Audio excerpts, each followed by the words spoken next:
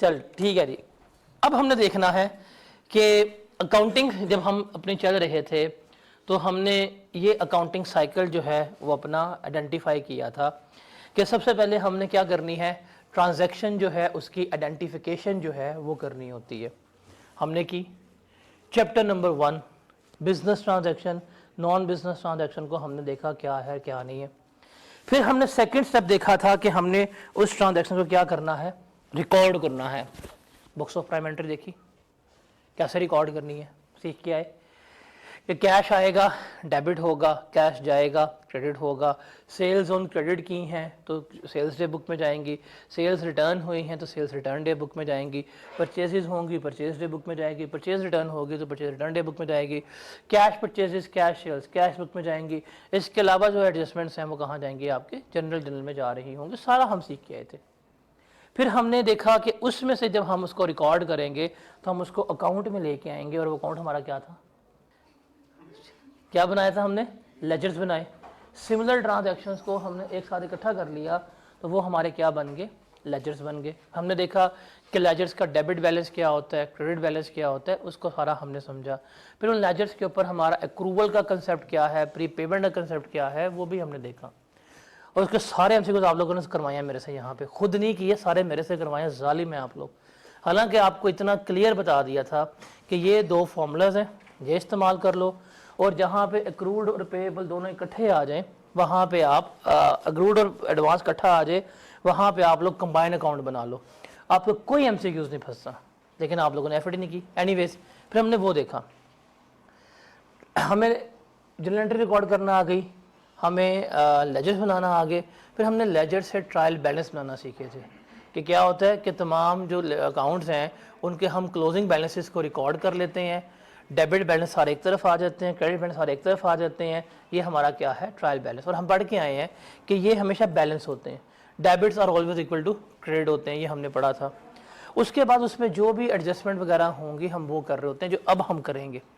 For example हमने देखा था कि डिप्रिसिएशन हम रिकॉर्ड करना भूल गए, तो हमें डिप्रिसिएशन रिकॉर्ड करना आइए हमने सीखी है हमारे सिलेबस के मुताबिक।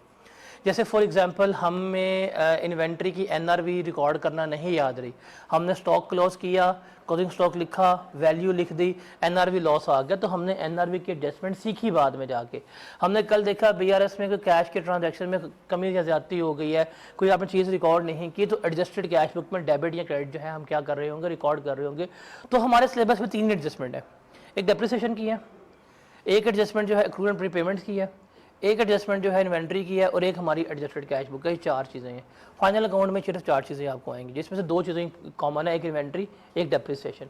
जब ये हम एडजस्ट कर लेंगे अपने बैलेंसेस को तो फिर हम क्या बनाएंगे एंड पे, फाइनेंशियल स्टेटमेंट। तो चूंकि अभी तो हमारे 4 चैप्टर रहते थे, लेकिन आपको पता नहीं है कि हमने सारा कुछ तो कर लिया हुआ है। अब सिर्फ क्या रह गया, हमारा एक फॉर्मेट रह गया है, उस फॉर्मेट में हमने क्या करना है, वैल्यूज़ को प्लेस करना है।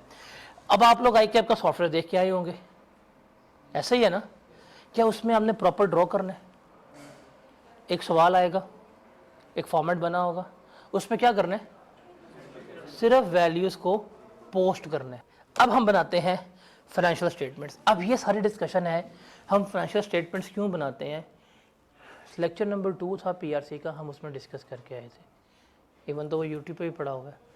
यूजर्स ऑफ फाइनेंशियल स्टेटमेंट याद है किसी को, कि डिफरेंट वेरियस यूजर्स होते हैं हमारे फाइनेंशियल स्टेटमेंट्स के।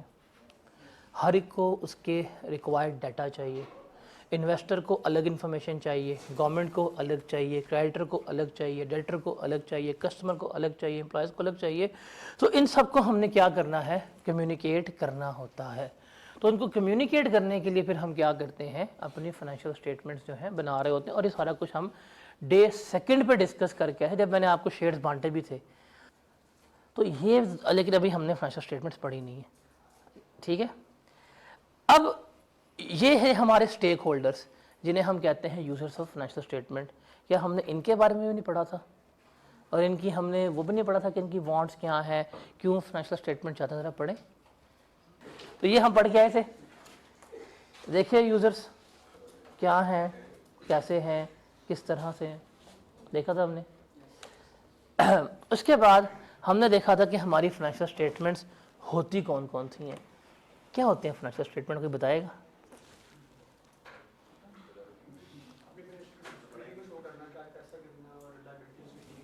अबे फाइनेंशियल स्टेटमेंट कहते हैं किसको है, 136 करोड़ दफ़ा लिखवाई है। Statement of financial position, statement of comprehensive income, statement of changes in equity, statement of cash flow and notes of financial account, इनको हम कलेक्टिवली क्या कहते हैं, फाइनेंशियल स्टेटमेंट। हाँ भाई, इसने कहा 4 चैप्टर रहते हैं हमारे, वो साबित हो गया। किसे कहते हैं, इन पांचों को कलेक्टिवली हम क्या कहते हैं, फाइनेंशियल स्टेटमेंट। डे 3 पीआरसी का लेक्चर नंबर 3, यहाँ पे इधर लिखी थी मैंने ये 5 नाम और बताई भी थी आपको कि ये वाले 2 जो हैं वो हमारे आईटीए का पार्ट है, और अगली 3 जो हैं जाके आप कहाँ पढ़ेंगे, एफएआर में, अगर किसी को याद हो। लेकिन अभी हमारा फाइनल अकाउंट हुआ नहीं है।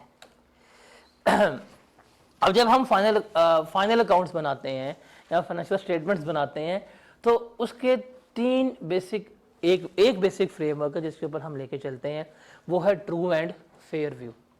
अब आप कहेंगे ट्रू एंड फेयर व्यू हमने तो पढ़ा ही नहीं हुआ।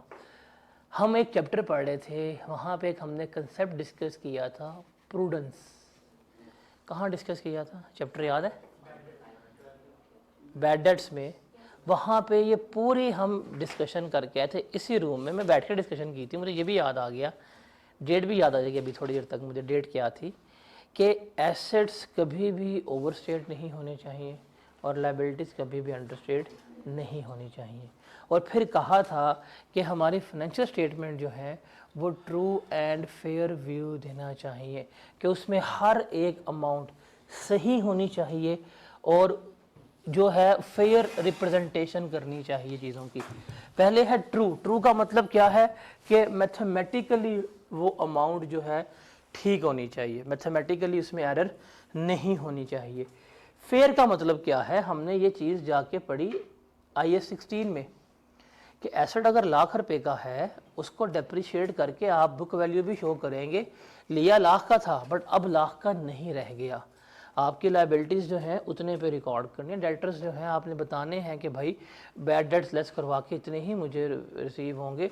तो ये आपके ट्रू एंड फेयर रिव्यू होना चाहिए कि आपकी फाइनेंशियल अकाउंट जो है वो सही होनी चाहिए, अरिथमेटिकली वैल्यूज़ के हिसाब से और प्रिंसिपली डाटा के हिसाब से, कि एसेट्स जितने के हैं उतने के ही नेट एसेट्स शो होने चाहिए, लायबिलिटीज़ जो हैं अंडरस्टेट नहीं होनी चाहिए, एसेट्स जो हैं ओवरस्टेट नहीं होने चाहिए।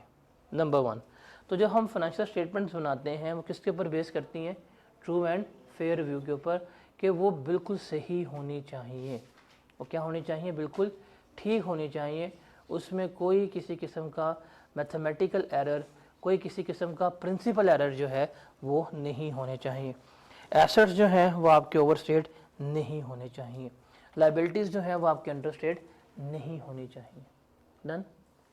उसके बाद है कंपैरेटिबिलिटी, कि आपकी फाइनेंशियल स्टेटमेंट जो है वो कंपेरेबल हों। अब हम कंपेयर करते हैं पिछले साल से, कंपैरेटिव R1 में बनाएंगे, ITA का पार्ट नहीं होता। अब कंपैरेटिव का मतलब क्या है कि अगर आप 2020 की बैलेंस शीट बना रहे हैं तो उसके साथ प्रीवियस 2019 की भी आप गिवन करेंगे, ताकि एक बंदा है जो पढ़ रहा है उसको पता हो कि 19 में PP इतने का था, हाँ पिछले साल। फॉर एग्जांपल आपको पता है कि अगर इस साल के एसेट्स इतने आए हैं, लास्ट ईयर के एसेट्स कितने थे, फ़ौरन आप क्या कर सके, कंपेयर कर सके। आपको चले पता कि एसेट्स में कितना इजाफा हुआ है, एसेट्स में कितनी कमी आई है, वो सारा कुछ शो होना चाहिए। आपकी इस साल कितनी सेल्स हैं 2024 की, साथ ही 2023 की सेल्स भी गिवन की होंगी। तो आप उसे क्या कर सकते हैं, फौरी तौर के ऊपर कंपेयर कर सकते हैं कि जी लास्ट ईयर इतनी सेल्स की थी, अब हमारी क्या है, इतनी सेल्स हुई हैं। तो कंपैरेटिबिलिटी जो है वो उसमें होनी चाहिए। आप इसका मतलब बैलेंस शीट हो गई, आपकी कॉम्प्रिहेंसिव इनकम हो गया, इक्विटी हो गई, कैश फ्लो हो गया, इन सब में आप क्या करेंगे, अपने कंपैरेटिव्स जो हैं वो भी गिवन कर रहे होते हैं। फिर जब हम ये बनाते हैं तो हम ये भी पढ़ के आ चुके हुए हैं कि हम सबसे पहले एंटिटी का नाम लिखते हैं, किस कंपनी की बना रहे हैं, ABC एंड कंपनी। फिर डेट या पीरियड, जैसे for example balance sheet as on बनती है, इस तारीख पे बैलेंस हमारा क्या है। जो प्रॉफिट एंड लॉस अकाउंट है वो फॉर द पीरियड बनता है, कि इस डेट से लेके इस डेट तक हमारा प्रॉफिट एंड लॉस कितना आया है। फिर हम करेंसी लिखते हैं रुपीज़ में, रुपीज़ करेंसी है, डॉलर्स है, पाउंड्स हैं, दिरहम है, वो करेंसी शो करेंगे। और फिर डाटा लिखना किस में, रुपीज़ इन मिलियन में, रुपीज़ इन थाउजेंड्स में, वो हम क्या कर रहे होते हैं, शो कर रहे होते हैं। डन। चले जी, थोड़ा सा ना आपको दिखाता हूँ कि फाइनेंशियल स्टेटमेंट्स जो बनाते हैं वो दिखती कैसी हैं। तो ये उसकी जी हमारे पास निशात मिल्स है, निशात मिल्स लिमिटेड। ये निशात मिल्स की 2023 की रिपोर्ट है, एनुअल रिपोर्ट। अकाउंटेंट ये बनाते होते हैं चार्टर्ड अकाउंटेंट ख़ास तौर पर। इसमें सारा कुछ जो है मेंशन होगा, कंपनी की प्रोफाइल क्या है, कंपनी की इंफॉर्मेशन क्या है, डायरेक्टर्स क्या हैं, विजन क्या है, मिशन क्या है, चेयरमैन रिपोर्ट क्या है, डायरेक्टर रिपोर्ट क्या है, फाइनेंशियल हाइलाइट्स क्या है, कितने के आपके हैं, स्टेटमेंट ऑफ कंप्लायंस रिपोर्ट क्या है, इंडिपेंडेंट ऑडिटर रिपोर्ट क्या होगी, सारा कुछ होगा। फिर होंगी फाइनेंशियल स्टेटमेंट्स क्या है आपकी, फिर आपकी आएंगी कंसोलिडेटेड फाइनेंशियल स्टेटमेंट, तो सारा कुछ जो है लिखा होगा। फिर शेयर्स खरीदने हैं नहीं खरीदने वो लिखा होगा सारा कुछ। तो ये सारी आपकी एक प्रॉपर बुकलेट है जो कंपनी बना के क्या करती है, पब्लिश कर रही होती है। जैसे इसका लिखा होगा कंपनी इन्फॉर्मेशन में कि ये इसका बोर्ड ऑफ डायरेक्टर हैं, ये इसकी ऑडिट कमेटी है, ये इसकी HR कमेटी है, CFO है, कंपनी सेक्रेटरी, सारा कुछ है। बैंक्स कौन से हैं चेक करें, कितने बैंक हैं। फिर ये सारा उसके बारे में बताएंगे कि कहाँ कहाँ पे यूनिट्स लगे हुए हैं, सारा एड्रेस वगैरह गिवन करेंगे। फिर ये इनके आ जाएंगे विजन्स, ये जी इनके डायरेक्टर्स की प्रोफाइल एज ऑफ नाउ, कितने डायरेक्टर हैं, CEO कौन है और चेयरमैन कौन है, नॉन एग्जीक्यूटिव डायरेक्टर कौन है, सारा कुछ आपको इन्फॉर्मेशन जो है वो बताई जाएगी। अब ये डायरेक्टर रिपोर्ट होगी, बताएगा जी कि ये हमारा प्रॉफिट है, प्रॉफिट बिफोर टैक्स है, बट मैं अब इस पर डिस्कस नहीं करूँगा। मैं चलूँगा आगे, आप लोगों को बताऊँगा कि आप जो लोग सीख रहे हैं, जब आप तो आप ये पूरी फाइनेंशियल स्टेटमेंट्स जो हैं वो सीखेंगे बनाना। फिर ये फाइनेंशियल हाइलाइट्स होती हैं, बनाते हैं। ये ऑडिटर्स की रिपोर्ट होती है, इंडिपेंडेंट ऑडिटर्स आते हैं जो ऑडिट करते हैं, बताते हैं। अब इनके जो ऑडिटर्स हैं वो रियाज अहमद है, मतलब जो रियाज अहमद चार्टर्ड अकाउंटेंट हैं, वो जिस वक्त निशात के ऑडिटर्स हैं, उन्होंने निशात का ऑडिट किया 2023 का। ये सारा कुछ लिखेंगे कि ये है ऑडिटर रिपोर्ट। जो ऑडिटर्स ऑडिट करता है ना, ऑडिटर ऑडिट करके ये अपनी ऑडिट रिपोर्ट जो है पब्लिश करता है कि जी ये हमारी रिपोर्ट है, ये हमारा ओपिनियन है, ये की ओपिनियन है, ये हमारा कैम है, बड़ा इंपॉर्टेंट होता है। ये है जी हमारी जो हम फाइनेंशियल स्टेटमेंट्स बना रहे हैं, इसको देखिएगा। अब आप देखिएगा ये सारा कुछ हम करके आ चुके होते हैं। ये है हमारी स्टेटमेंट ऑफ फाइनेंशियल पोजीशन। मैं अभी फॉर्मेट के ऊपर आता हूँ, सिर्फ आपको दिखा रहा हूँ कि प्रैक्टिकली जब हम अपनी फाइनेंशियल स्टेटमेंट पब्लिश करते हैं तो क्या होगी, हमने यही बनानी है। तो स्टेटमेंट ऑफ फाइनेंशियल पोजीशन हमेशा बनती है एज एट या एज ऑन, कि इस तारीख के ऊपर बैलेंस बताना है आपने, इस डेट के ऊपर कितने के एसेट्स हैं, इस डेट के ऊपर कितने की लायबिलिटीज़ हैं, इस डेट के ऊपर कितने की इक्विटीज़ हैं, ये आपने बतानी है। तो देखें आपके पास आ जाएगी सबसे पहले इक्विटी एंड लायबिलिटी। अब देखिए हम बात कर रहे थे कंपैरेटिव्स की, किसकी बात कर रहे थे। अब देखिए 2022 भी साथ गिवन है ब्लैक कलर में और 2023 भी गिवन है, और 2023 का डाटा जो है वो उसने हाईलाइट किया हुआ है ताकि आपको पता लगे कि भाई ये इस साल का है, और साथ उसने दिया हुआ है हमें प्रीवियस के, आप कंपेयर कर सकते हैं। जैसे टोटल इक्विटी पे आएंगे तो 2022 की 79.2 मिलियन थी इक्विटी, अब कितनी हो गई है 89.6। तो जो ये दोनों चीज़ें पढ़ेगा कहेगा हाँ यार इंक्रीज हो गई है, कंपैरिजन है। फिर लायबिलिटीज़ में आएंगे। अब देखिए सबसे पहले हम क्या लिखेंगे, क्योंकि अभी तो हम ITM में तो हम तो एक इंडिविजुअल का अकाउंट बना रहे हैं, हम कंपनी का अकाउंट जो है वो नहीं बना रहे होंगे। तो हम क्या करेंगे, सबसे पहले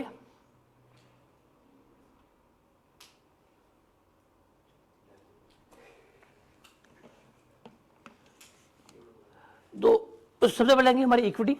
अब आप देखिए ये फॉर्मेट है हमारा, हमने ऐसे ही करना है, पंगेबाजी नहीं करनी कि पहले आप लायबिलिटी लिख दें फिर आप ये करें, नहीं।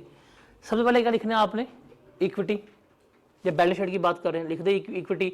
अब हमारे पास इक्विटी में क्या आएगा, opening capital plus new capital introduce plus profit for the year minus drawings is equal to closing capital. Because अभी हम जो बना रहे हैं किसका अकाउंट बना रहे हैं, इंडिविजुअल का, और ये भी हम डिस्कस आउट करके आ चुके होंगे जब हम अकाउंटिंग क्वेश्चन पढ़ रहे थे।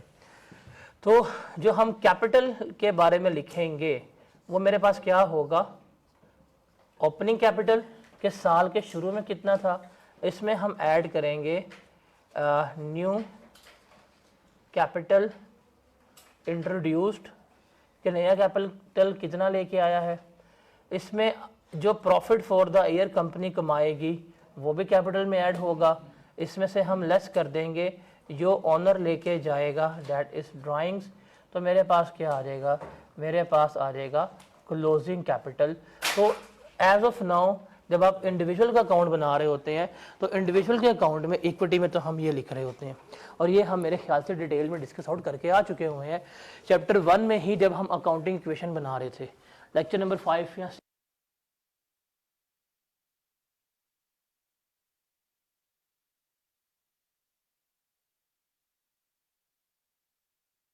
उसके बाद आ जाएंगी हमारे पास लाइबिलिटीज।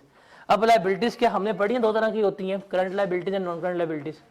तो आपने ऐसे ही गिवन करना है। अब आप एक चीज और कर रहे हैं, सबसे पहले क्या आएगा, इक्विटी, इक्विटी लिखी, उसके बाद नीचे क्या आएंगी आपकी लाइबिलिटीज, और लाइबिलिटीज में सबसे पहले क्या आएगा, नॉन करंट लाइबिलिटी, और उसके बाद क्या आएगा आपकी करंट लाइबिलिटी आ रही होगी। तो चीमा साहब क्या अगर हम पहले करंट लाइबिलिटीज लिख सकते हैं, लिखने में तो मसला नहीं है, लेकिन लिखनी आपने नहीं है, लिखनी आपने नहीं है। डन हो गया। तो अगर मैं बैलेंस शीट में आऊं और बैलेंस शीट में मैं फॉर्मेट की बात करूं तो आपको कुछ इस तरह से फॉर्मेट मिलेगा बैलेंस शीट का, इक्विटी एंड लायबिलिटी साइड का, जो आपकी होगी क्रेडिट साइड। अब आप कहेंगे ये तो हमने पहले पढ़ा हुआ था, तो फिर आप कैसे कह सकते मैंने वो फाइनल अकाउंट नहीं करवाया। तो सबसे पहले आपके पास आएंगे दो कॉलम, ये आ जाएगा जी रुपीस, ये आ जाएगा रुपीस, कंपनी का नाम हमने वहां पे लिखा हुआ है, यहाँ पे आप लिखेंगे डाटा क्या है, रुपीज इन 1000 या मिलियन जो भी होगा। तो सबसे पहले आपके पास क्या आ जाएगा, इक्विटी, या जिसे हम क्या कहते हैं, कैपिटल कहते हैं। तो लिख लेंगे आप सारा कुछ, ये लिख लेंगे, लेकिन ये जो है ये तो आपको चेंज बता रहा है, ये कर रहा है आपको चेंज बता रहा है। ये आप बनाएंगे वर्किंग में, ये कहाँ बनाएंगे आप, वर्किंग में, कि मेरे कैपिटल में ये चेंज आया। यहां पे क्या लिखेंगे, यहां पे आएगा आपके पास कैपिटल, और ये क्या होगा आपका क्लोजिंग कैपिटल, क्या आ जाएगा आपका क्लोजिंग कैपिटल जो है वो आ रहा होगा, क्योंकि हमने बैलेंस शीट कब बनानी है, ईयर एंड के ऊपर। तो ईयर एंड पे हमने क्या लिखना होता है, ये क्लोजिंग कैपिटल जो है वो लिखना होता है। तो मैं इसको थोड़ा सा यहाँ पे एलिब्रेट कर देता हूँ ताकि आपको पता हो कि जब हम कैपिटल लिखेंगे तो मेरे पास आ जाएगा ओपनिंग कैपिटल, कि भाई ओपनिंग कैपिटल मेरा ये था। ये जब हम R1 में देंगे तो हम वहाँ ऐसे नहीं करेंगे, R1 में डायरेक्ट हमने क्या लिखना है, क्लोजिंग कैपिटल, आपको सिर्फ समझाने के लिए। इसमें जो आपने न्यू कैपिटल इंट्रोड्यूस करवाया होगा वो आप इसमें ऐड कर देंगे, जो आपका प्रॉफिट फॉर द ईयर होगा वो हम इसमें क्या कर देंगे, ऐड कर देंगे। ड्राइंग्स जो है वो हम क्या कर देंगे, लेस करवा देंगे। तो अब आपके पास क्या आएगा, क्लोजिंग कैपिटल आएगा, वो आप क्या करेंगे, वो आप यहाँ पर लिख रहे होंगे। डन हो गया, ये क्लियर है। तो बैलेंस शीट में सबसे पहले किसका पार्ट आएगा, आपका इक्विटी का पार्ट आएगा। इसके बाद आप क्या लिखेंगे, लायबिलिटीज, क्या लिखेंगे, लायबिलिटीज। और लायबिलिटीज में सबसे पहले आपके पास क्या आएंगी, नॉन करंट लायबिलिटीज, क्या आएंगी, non current liabilities. Non current liabilities क्या होती हैं आपके पास, रिमेंबर याद रखिएगा, जो लॉन्ग टर्म लोन्स होते हैं, क्या होते हैं, लॉन्ग टर्म लोन्स, वो तमाम लायबिलिटी जो एक साल के बाद पे करनी है वो क्या है आपकी नॉन करंट। हम परसों एमसीक्यूज कर रहे थे प्री पेमेंट्स का, रेंट वाला, एक वो रेंट था जो आपको 2 साल के बाद आपने एडवांस पे किया हुआ था, आपको एडवांस मिल गया हुआ था, तो जो 1 साल के बाद मिला है वो आपको क्या चीज़ है, नॉन करंट मिल रही है, ये चीज़ याद रखनी है। Anything which is more than 12 months वो मेरी क्या होगी, नॉन करंट लायबिलिटी। अब अपनी सारी नॉन करंट लायबिलिटीज यहाँ पे लिखेंगे। आपके पास फिर क्या आ जाएंगी, करंट लायबिलिटीज आ जाएंगी, क्या आ जाएंगी, करंट लायबिलिटीज। अब उसमें हमने क्या कुछ पढ़ा है, सबसे पहले आ जाएंगे हमारे पास ट्रेड पेएबल्स पढ़ के आए, जिसे हम कहते हैं क्रेडिटर्स, पढ़ के आए। उसके बाद बताएं, पेएबल्स आ जाएंगे, एक्रूड एक्सपेंसेस में लिख रहा हूं, इसमें आपको पता है एक्रूड एक्सपेंसेस में सारे आ जाएंगे, आपकी सैलरीज पेएबल भी एक्रूड हो सकती हैं, रेंट पेएबल हो गया, सैलरी पे, मैं इसलिए प्रॉपर एक्सपेंस का नाम लिख रहा हूं, इसमें सारे आ जाएंगे। सैलरी पेएबल भी आ सकती है, रेंट पेएबल भी आ सकता है, बिल पेएबल भी आ सकते हैं, वेजेस पेएबल भी आ सकती हैं। तो कोई भी अमाउंट जो पेएबल्स हैं वो आपके क्या होंगे, यहां पर आ रही होंगी। डन। अभी हम एक चीज पढ़ के आए थे, अनअर्न्ड इनकम, वो भी क्या है हमारी लायबिलिटी नहीं, वो भी करंट लाइबिलिटी होती है, वो भी हम क्या करेंगे, हम यहाँ पर रिकॉर्ड कर लेंगे। रिकॉर्ड कर ली, डन हो गया। तो यही लाइबिलिटी। और हमने कौन सी लाइबिलिटी पढ़ी है, कोई भी नहीं है। पेबल से अगर मैं यहाँ पे अगर खुद सोचे, मैं यहाँ पे लिखूँ जी salaries payable, rent payable, bill payable, tax payable, insurance payable, मैं तो उसको एक्सटेंड करता दूँ। अब कोई भी पेबल हो सकता है, तो इसलिए हमने क्या कर दिया यहाँ पे वर्ड एक्रूड एक्सपेंस का लिख दिया। कोई भी एक्सपेंस जो पेबल है, लाइबिलिटी है आपकी, क्लोजिंग लाइबिलिटी जो है आप क्या करेंगे यहाँ पे रिकॉर्ड कर देंगे। तो ये आपके पास सारी क्या आ जाएंगी, करंट लाइबिलिटीज आ जाएंगी, टोटल लिखेंगे। तो अब आप इसको जमा करेंगे तो आपके पास क्या आ जाएगा, इक्विटी एंड लाइबिलिटीज का सम आ रहा होगा। डन हो गया। ये सारे कौन से बैलेंसेस हैं, ये सारे कौन से बैलेंसेस हैं, क्लोजिंग बैलेंस। क्योंकि हम ये कब बना रहे होते हैं, at the end of the year हम इसे बना रहे होते हैं। Is that clear? जी जनाब, ये क्लियर है? बताएं बताएं बताएं, पढ़े थे फाइनल अकाउंट्स से, कैसे क्लियर हो गया बताएं। अब आपको बताएं, यहाँ पे क्या हमने पेबल्स कैलकुलेट करना नहीं सीखा होगा?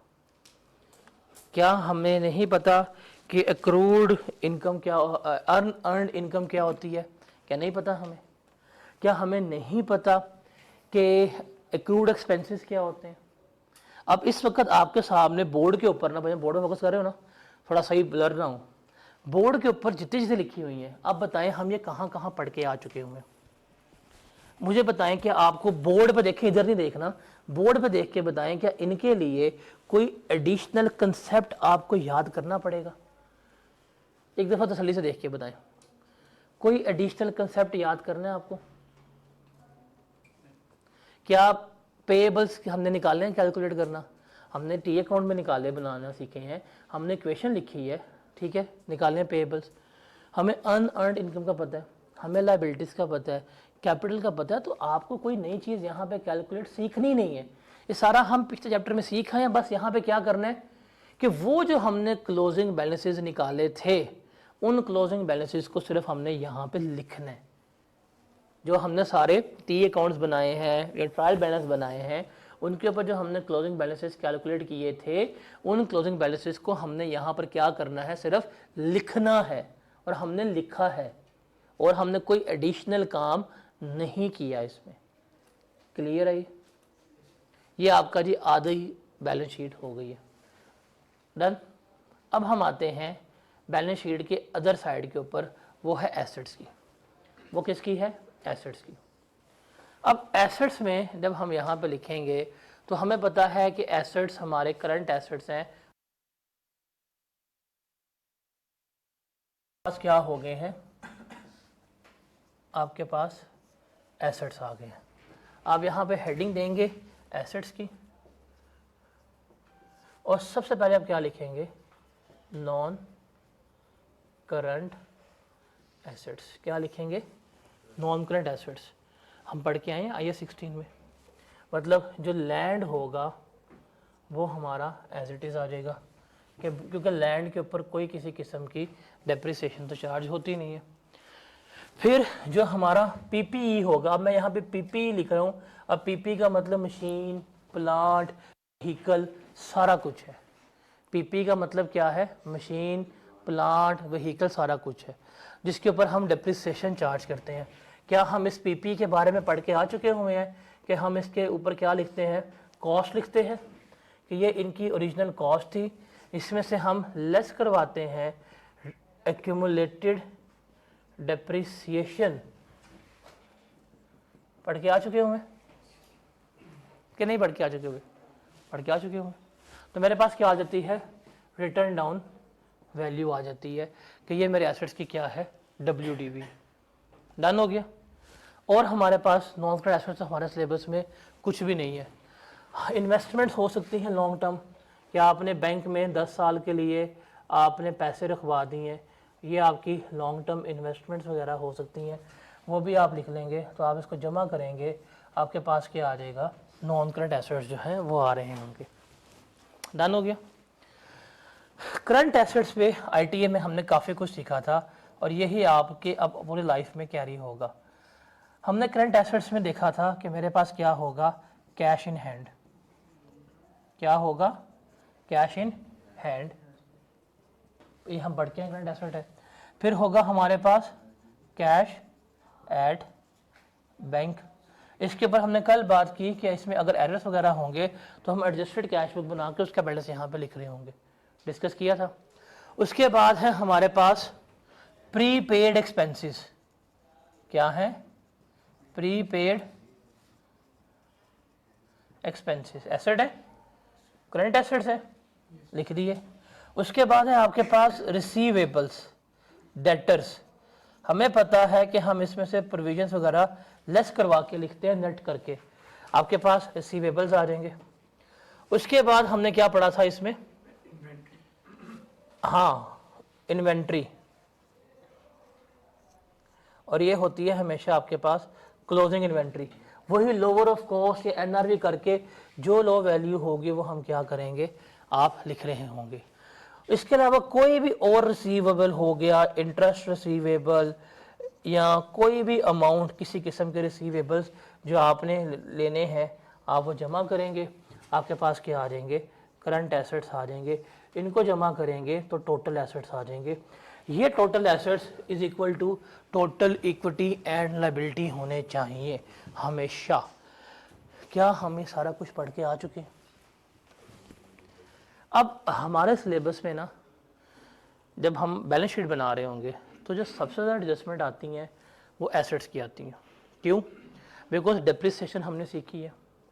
अब पेपर में वो फाइनल अकाउंट में क्या करेगा, आपको एसेट की वैल्यू गिवन कर देगा, आपको डिप्रिसिएशन का रेट गिवन कर देगा, आपने खुद ही डिप्रिसिएशन कैलकुलेट करनी है। जो डिप्रिसिएशन फॉर द ईयर आएगी वो एक्सपेंस होगा, वो जाएगी प्रॉफिट एंड लॉस अकाउंट में, और जब आप यहाँ पे लिखेंगे क्लोजिंग वैल्यू तो उसमें से क्या लेस करवाएंगे आप, कॉस्ट में से एक्यूमुलेटेड डिप्रिसिएशन लेस करवा रहे होंगे। अब रिसीवेबल्स जो हैं वो हम पढ़ के आ चुके हुए हैं।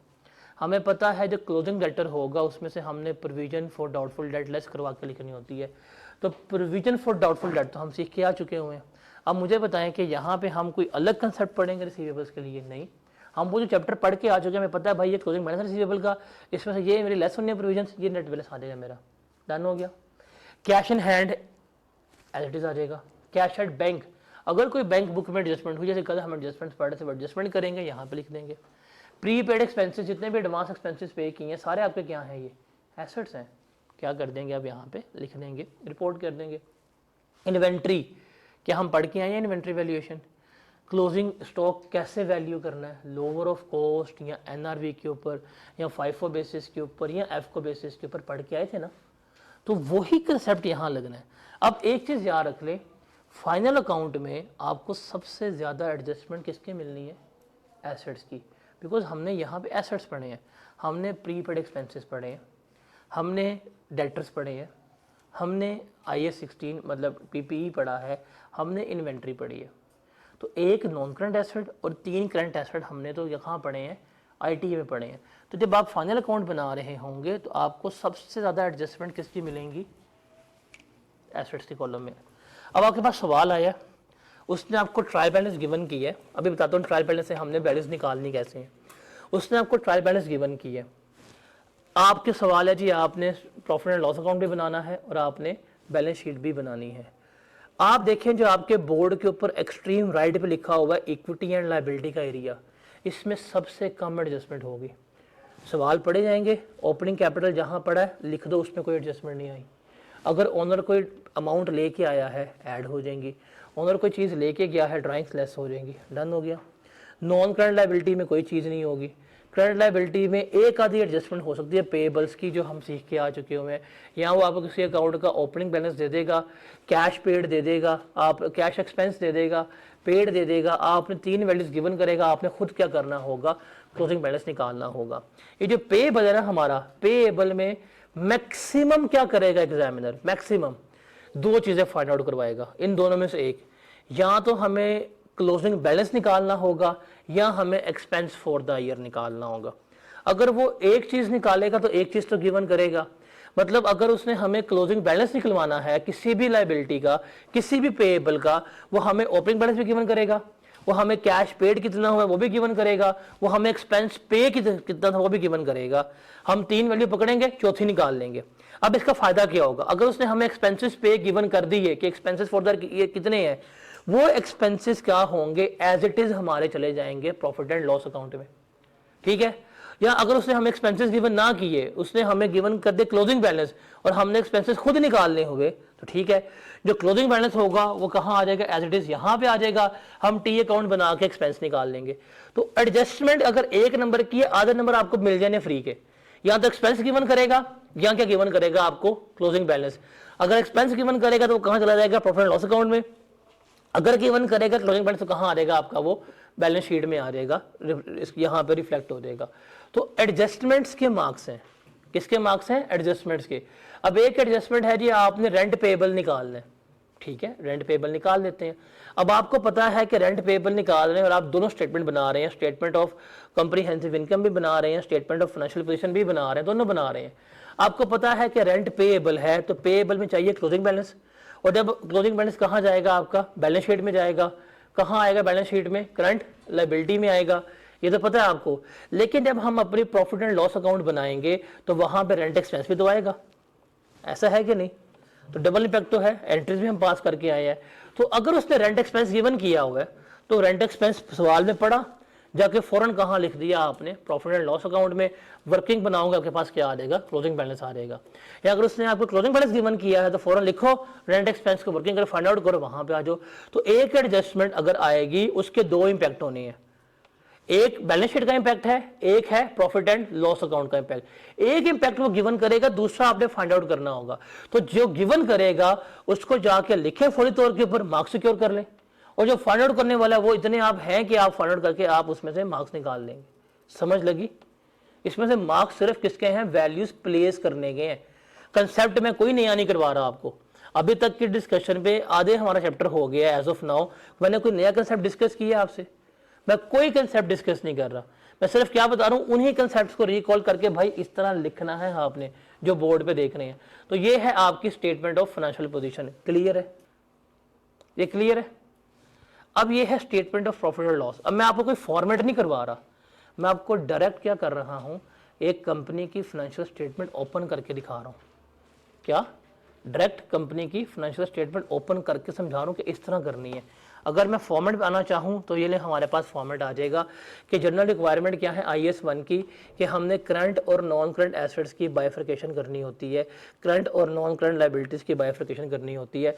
ज़रा जो बोर्ड पे लिखे अंग्रेजी इसको ज़रा पढ़ें, और जो यहाँ लिखे अंग्रेजी स्क्रीन के ऊपर इसको ज़रा पढ़ें, और जो बोर्ड पे लिखे उसको ज़रा देखें। 1 मिनट इसको यहाँ रख लो 2 मिनट के लिए, ताकि ये रीड कर ले, और फिर 2 मिनट के लिए कैमरा कर देना बोर्ड के ऊपर। क्या हमने यही current versus non current bifurcation नहीं की, करंट क्या होता है नॉन करंट क्या होता है वो नहीं देखा। पहले इसको रीड करें अच्छी तरह, फिर बोर्ड पे आइएगा, मुझे बताइएगा क्या इसमें कोई कन्फ्यूजन है।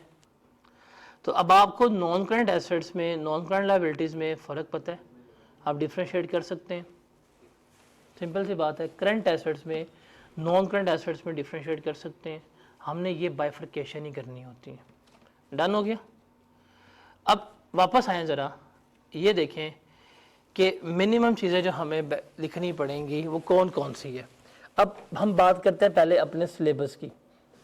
देखिए आपके सिलेबस में एक है कि जो हम पढ़ के आए हैं, एक है ओवरऑल। ओवरऑल तो बहुत चीज़ें आएंगी, आपने कभी उनका नाम सुना भी नहीं होगा। Investment property, biological assets, investment इन एसोसिएट्स, ये सारे आपके एसेट्स हैं, कभी नाम नहीं सुना होगा, बट आप इनको पढ़ लें कि ये सारे आपके एसेट्स होंगे, ट्रीट होंगे।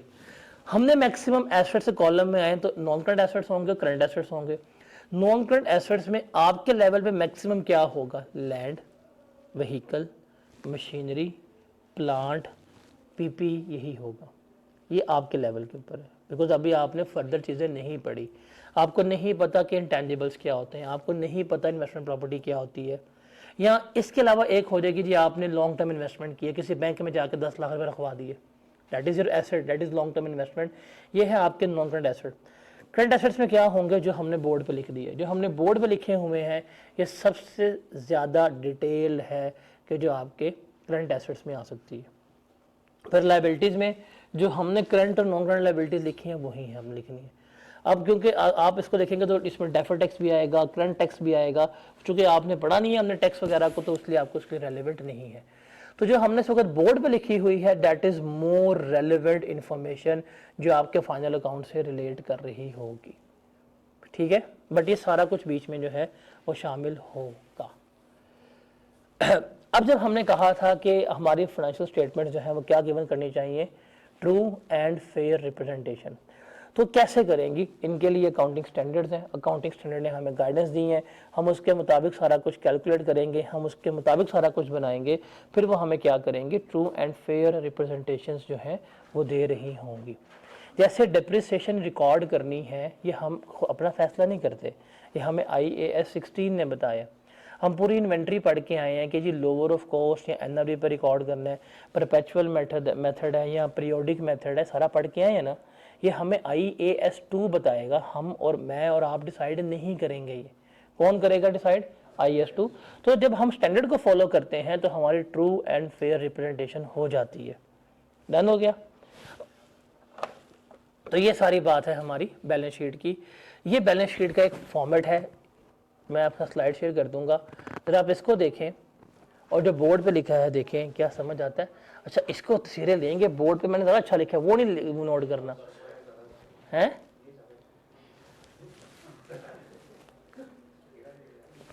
तो इसको देखें, इसमें कोई चीज़ है पूछने वाले, तो मुझे इसको रीड कर लें। अब आपने कौन सा ये हाथ से ड्रॉ कर रहे हैं, आपको इन्फॉर्मेशन होगी, आपने जाके पुट करनी है, दैट्स इट। अब आपका काम क्या है, उसने एसेट गिवन की है, आपने पढ़ के देख रहा है कि ये करंट एसेट है कि नॉन करंट एसेट है, क्लासीफाई आपने करना है।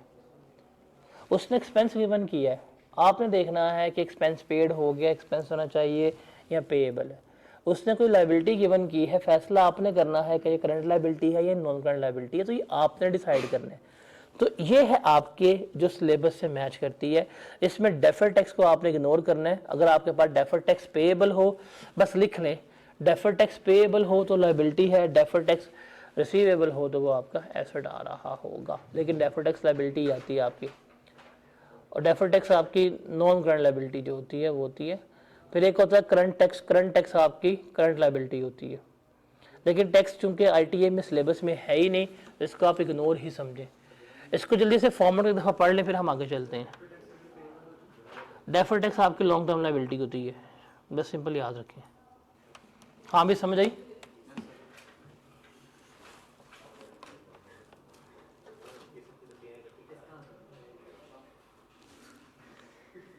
इसमें क्या मुश्किल है,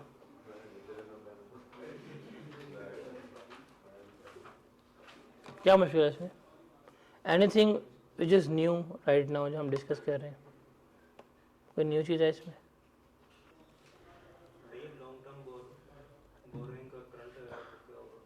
जो अगले साल आपने पे करना है वो करंट पोर्शन होता है। आपने लोन लिया हुआ 10 साल के लिए, ठीक है, 10 साल में पे करना है, लेकिन अगले साल पे करनी है किस्तें, वो करंट है, जो उसके बाद है वो नॉन करंट होती हैं, क्योंकि आप किस्त तो हर 6 महीने बाद या महीने बाद पे कर रहे हैं ना, तो जो अगले साल की किस्तें हैं वो करंट किस्तें होंगी, जिसके बाद की सारी आपकी नॉन करंट किस्तें होंगी। हाँ, नॉन करंट में रिमेनिंग एरिया जाएगा, करंट में रिमेनिंग एरिया आएगा। डन। तो ये तो आपकी होगी statement of financial position, balance sheet. सबसे ज़्यादा प्रॉब्लमेटिक ये होती है, सबसे ज़्यादा, लेकिन इजी भी यही होती है। अब आपके सामने स्क्रीन में जो चीज़ नज़र आ रही है, जब पेपर में आएगा ना, इसमें से चंद एक चीज़ों में ही एडजस्टमेंट है, बाकी सवाल पढ़ना है, एडजस्टमेंट आपको नहीं मिलनी, स्ट्रेट फॉरवर्ड है। जैसे ट्रेड पेएबल हो गया, लोन हो गया, ओनर कैपिटल वगैरह हो गया, ओपनिंग क्लोथिंग, ये स्ट्रेट फॉरवर्ड आ जाएंगे। करंट एसेट्स में आएंगे तो कैश, बैंक, एडवांस, ये स्ट्रेट फॉरवर्ड आपके आ जाते हैं। एसेट्स में आएंगे, लैंड आ जाएगा। अब एडजस्टमेंट्स हैं किस में, डेप्रिसिएशन, इन्वेंट्री और एक्रूवल्स और प्री पेमेंट्स की वो एडजस्टमेंट नहीं है, वो बस आपने बैलेंस जो है फाइंड आउट करना होता है। बैलेंस शीट में जो आपको मेन एडजस्टमेंट मिलेगी वो किसकी मिलेगी, डेप्रिसिएशन की और इन्वेंट्री की। अब इन्वेंट्री में हम एक असूल पढ़ के आ चुके हुए हैं, लोअर ऑफ कॉस्ट या NRV। वो सिंपल कह देगा कि भाईजान हमारा स्टॉक था वो कॉस्ट के ऊपर रिकॉर्ड था। ये इन्वेंट्री हो गई है, ये इन्वेंट्री का लॉस है, आप एनआरवी रिकॉर्ड करेंगे, उसको एनआरवी पे लेके जाएंगे और क्लोजिंग स्टॉक किस पे शो हो जाएगा, एनआरवी पे हो जाएगा। और जो एनआरवी लॉस आएगा वो कहाँ जाएगा, हमारा प्रॉफिट एंड लॉस अकाउंट में जा रहा होगा। तो पेपर में अगर सवाल ये 20 नंबर का है ना, तो 10 नंबर की बैलेंस शीट होती है। 10 नंबर की क्या है, बैलेंस शीट। इस बैलेंस शीट में से 6 नंबर निकालना सबसे आसान चीज़ है, वैल्यूज़ प्लेस करनी है। अब वर्किंग या तो डेप्रिसिएशन की मिलनी है या किसकी मिलनी है, इन्वेंट्री की। इन्वेंट्री और डेप्रिसिएशन के अलावा तो बाकी चीज़ें हैं, वो तो लिखी जा सकती हैं। और आईटीए में असूल है कि हर एडजस्टमेंट के नंबर होते हैं, सीए में असूल है।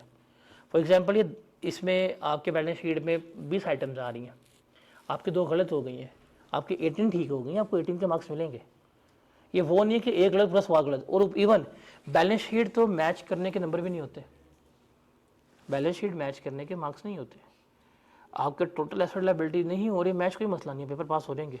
इवन तो मिथ्स है कि अगर कभी भी आपके बैलेंस शीट मैच हो जाए पेपर फेल हो जाता है, ये फैक्ट है।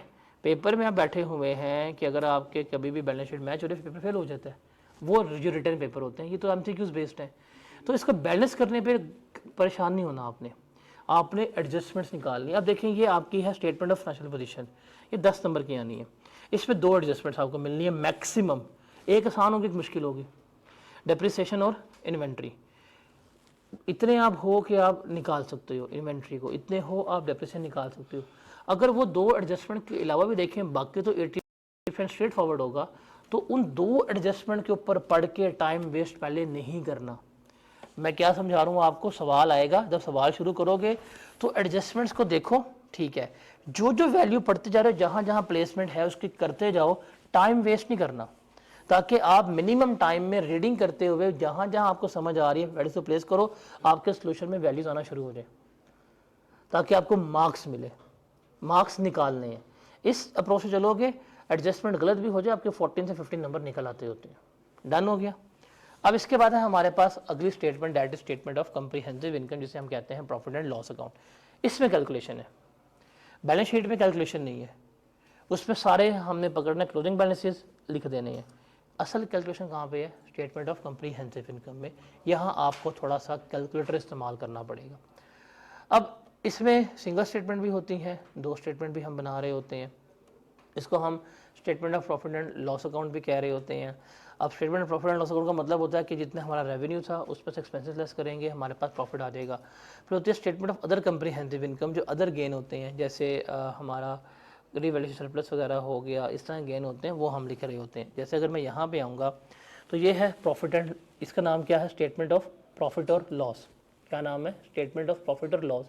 इससे क्या बताया है, रेवेन्यू, उसमें क्या लेस की है, कॉस्ट ऑफ सेल्स, क्या आ गया, ग्रॉस प्रॉफिट। हमें पता है कॉस्ट ऑफ सेल्स क्या होती है, opening stock plus inventory plus purchases minus closing stock is equal to cost of sale. और मैंने आपको इसका एक रिलेशन लिखवाया हुआ था, फाइनल अकाउंट में वो रिलेशन काम आना है आपके प्रॉफिट्स की एडजस्टमेंट करते हुए। ओपनिंग स्टॉक का क्या रिलेशन है जीपी के साथ, क्लोजिंग का क्या रिलेशन है, वो काम आएगा। उसके बाद हमने लेस की है distribution cost, administrative cost and other expenses. ये है ना distribution cost, administrative expenses, other expenses, इसे हम कहते हैं एक्सपेंसेस बाय फंक्शन। क्या कहते हैं, एक्सपेंसेस बाय फंक्शन। अगर मैं लिखता जी सैलरीज पेड की हैं, वेजेस पे की हैं, मार्केटिंग वाले को पे किया है, अगर मैं ये सारा कुछ लिखता तो एक प्रॉपर लिस्ट आनी थी। एक्सपेंसेस के टाइप्स है सैलरी, मार्केटिंग, डिस्ट्रीब्यूशन, सैम्पलिंग, ये है ना। मैंने वो लिस्ट नहीं दी, मैंने फंक्शंस बना दी हैं कि ये डिस्ट्रीब्यूशन है। अब डिस्ट्रीब्यूशन में क्या आएगा, कैरीज आउट आ जाएगा, कमीशन पे की है वो आ जाएगा, ये सारा कुछ आ जाएगा। अब मैं लिखूं सैलरीज, वेजेस, अकाउंटेंट की सैलरी, अलग सारा कुछ लिखूं, वो है बाय टाइप। मैंने कहा नहीं, एक है निज़ाम चलाने का खर्चा, जैसे जनरेटर का पैसे पे कर रहा हूँ, ऑफिस बॉय को पे कर रहा हूँ, स्टाफ को पे कर रहा हूँ, ये सारा क्या है, एडमिन एक्सपेंस है। तो जितना भी एडमिन एक्सपेंस है उसको क्या कर दिया, इकट्ठे करके लिख दिया। इसे हम क्या कहते हैं, बाय फंक्शन कहते हैं। क्या कहते हैं, बाय फंक्शन। बाय टाइप क्या है कि हर एक्सपेंस को अलग लिखना, salaries paid, rent paid, bill pay, tax पे, ये सारे एक्सपेंसेस को अलग लिखना। इलेक्ट्रिसिटी का पेमेंट हुई है, जनरेटर की पेमेंट हुई है, ऑयल की पेमेंट हुई है, सारे क्या हैं, ये अलग लिखना है। हम क्या करते हैं, अलग नहीं करते, हम कैटेगराइज कर देते हैं। अब आपको पता है आपकी बिजनेस चल रहा है, उसका एक एडमिन खर्चा है जिसमें एडमिन स्टाफ की सैलरीज हैं, उनके डेप्रिसिएशन है, जनरेटर का खर्चा है, बिल्स हैं, लॉसेज हैं, इनके स्टेशनरी का खर्चा है, सारा एडमिन का खर्चा है। आप कहते हैं यार मैं सबको इंडिविजुअल नहीं लिखूंगा, मैं क्या करता हूँ सबको कंबाइन करता हूँ और क्या करता हूँ एडमिनिस्ट्रेटिव खर्चे में लिख देता हूँ। तो ये क्या होती है, बाय फंक्शन होते हैं। तो हम पेपर में बाय फंक्शन ही बना सकते हैं, बाय वो भी कर सकते हैं टाइप भी, बट वो हमें पेपर में बता देगा कि फाइनल अकाउंट किसके जरिए बनाना है, बाय फंक्शन या बाय टाइप। तो फंक्शंस में हमने कैटेगराइज करना होता है।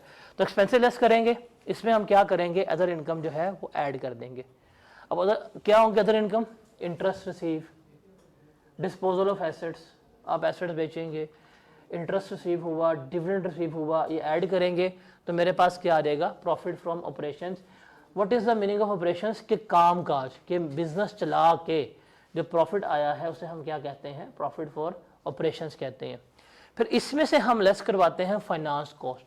फाइनेंस कॉस्ट किसे कहते हैं, इंटरेस्ट को, जो लोन लिया हुआ है, जो हम इंटरेस्ट पे कर रहे हैं वो मेरा क्या कहलाएगी, फाइनेंस कॉस्ट। वो इसमें से लेस करवाऊंगा तो मेरे पास क्या आ जाएगा, प्रॉफिट बिफोर टैक्स आ जाएगा। इस प्रॉफिट बिफोर टैक्स में से टैक्स लेस करूंगा तो मेरे पास क्या आ जाएगा, प्रॉफिट आफ्टर टैक्स आ रहा होगा। तो basically this is statement of profit and loss. ये क्या है, statement of profit and loss. अब ये हम पढ़ के आ चुके हुए। अब देखिए रेवेन्यू कैलकुलेट करना सिखाया है। अब आपको ये हमने पढ़ लिया है कि अगर आपको कोई एडवांस रेवेन्यू मिल गया, दैट इज योर लायबिलिटी, वो हम इसमें नहीं लिखेंगे, वो यहाँ से लेस कराएंगे सेल्स में से और जाके बैलेंस शीट में लायबिलिटी में ऐड कर देंगे। कॉस्ट ऑफ सेल्स आपको निकालनी आई है, निकालनी आती है। IAS 2 में जितनी डिटेल डिस्कशन मैंने कॉस्ट ऑफ सेल्स पे आपको रिलेशंस पे करवाई है, कहीं पे भी नहीं कराई। मार्कअप मार्जिन सिखाया हुआ है आपको, markup margin cost of sales का आपस में क्या रिलेशन है, क्या हमने डिस्कस की है। तो GP की हमने कैलकुलेशन जो है वो सीखी हुई है। अब ये जो एक्सपेंसेस हैं इसमें सिर्फ एक ऐसा एक्सपेंस है जो आपको कैलकुलेट करना पड़ता है, वो है डिप्रिसिएशन। उसके अलावा पेपर में सारे एक्सपेंस गिवन होंगे, आपने लेस करवा देने हैं। पेपर में कहेगा आपने 10 लाख का लोन लिया है, आपने लोन लिया जब मार्च को है, इंटरेस्ट अभी हम पढ़ के आए हैं कि इंटरेस्ट क्या लेना है हमने फॉर द ईयर। आपने अगर लोन लिया जब मार्च को है, इंटरेस्ट रेट 10%, क्या करेंगे 10 लाख इंटू 10% इंटू 9/12 करेंगे तो आपके पास क्या आ जाएगा, एक्सपेंस फॉर द ईयर। तो ये भी हम क्या भी फॉर द ईयर एक्सपेंसेस जो है वो कैलकुलेट करके आए हैं। ये होती है इसमें mistake. Profit and loss account में जहां मिस्टेक होती है वो क्या एरिया होता है, उसने कहा जी लोन ऑब्टेन्ड ऑन 1 अप्रैल 2024, 5 लाख रुपए का कह दिया। अब होगा बच्चा सवाल कर रहा है जी इंटरेस्ट एक्सपेंस लेस करवाना, वो क्या करेगा, 5 लाख पकड़ा, रेट लगाया, एक्सपेंस लेस करवा दिया। बट एक चीज भूल रहे हो, हम अभी पढ़ के आए हैं एक्सपेंसेस फॉर द ईयर लेते हैं, ये हमने पढ़ा है अक्रूवल में और प्री पेमेंट में। जब आपने लोन ही 1 अप्रैल को लिया है तो इस साल आपका एक्सपेंस कितने महीने का होना चाहिए, अप्रैल, मई, जून, जुलाई, अगस्त, सितंबर, अक्टूबर, नवंबर, दिसंबर, कितने महीने का होना चाहिए, 9 महीने का। तो आप इसे क्या करेंगे, 9/12 करेंगे। सिर्फ ये काम है इसमें, बाकी और कुछ नहीं होता। डन। उसके बाद है स्टेटमेंट ऑफ कंप्रीहेंसिव इनकम। ये है 2 अकाउंट मेथड। हम बनाते हैं प्रॉफिट एंड लॉस अकाउंट अलग, ये आपके सिलेबस का पार्ट है। ये क्या है, आपके सिलेबस का पार्ट है जो आपको दिखा रहा हूं मैं। एक है अदर कंप्रीहेंसिव, एक है कंप्रीहेंसिव इनकम। इसमें हम क्या लिखते हैं कि जो मेरे पास प्रॉफिट आफ्टर टैक्स आता है, जो मैंने यहाँ पे निकाला, इसे कहा 12166 ये प्रॉफिट आफ्टर टैक्स है। इसके बाद हम करेंगे जो हमारी अदर कंप्रीहेंसिव इनकम है, डेफर्ड टैक्सेज इनकम आ रही होती है या जो हमारी रिवैल्यूएशन होती है, ये आप पढ़ेंगे R1 में, वो हम सेपरेटली शो कर रहे होते हैं। तो मेरे पास क्या आ जाएगा, टोटल कंप्रीहेंसिव इनकम आ जाएगी। अभी जो है ना अदर कंप्रीहेंसिव इनकम, ये वाली क्या उनसे क्या करूँ, अदर कंप्रीहेंसिव इनकम, बात तो R1 की है, बट अदर कंप्रीहेंसिव इनकम में से हम प्रॉफिट नहीं देते। प्रॉफिट किसको देना है, मालिकों को। मालिकों को अदर कंप्रीहेंसिव इनकम में से प्रॉफिट नहीं मिल जाता। उन्हें प्रॉफिट कहाँ से मिलता है, हमेशा प्रॉफिट एंड लॉस अकाउंट से। ठीक है, तो अदर कंप्रीहेंसिव इनकम हमारी होती तो है, लेकिन ये प्रॉफिट एंड लॉस अकाउंट का पार्ट नहीं बनती। ये चीज़ बस याद रखिएगा, MCQs आपको पेपर में आ सकता है। अदर कंप्रीहेंसिव इनकम हम सेपरेटली शो करेंगे, ये हमारी प्रॉफिट एंड लॉस अकाउंट का पार्ट नहीं बनेगी। Is that clear, is that clear. तो 2 अकाउंट्स हमारे पास कौन कौन से होते हैं, एक हम बनाएंगे प्रॉफिट एंड लॉस अकाउंट, दूसरा हम क्या बनाएंगे, अदर कंप्रीहेंसिव इनकम का अकाउंट बना रहे होंगे।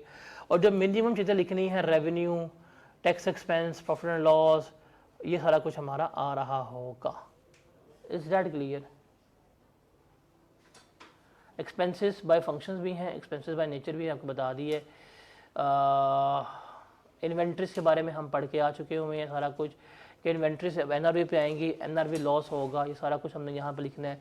जो आपकी इंक्रीज़ इन प्रोविजंस होंगी, डिक्रीज़ इन प्रोविजंस होंगी, वो सारा कुछ जो है वो यहाँ पे आ रहा होगा। तो ये हम इसको यहाँ पे लेके चलते हैं।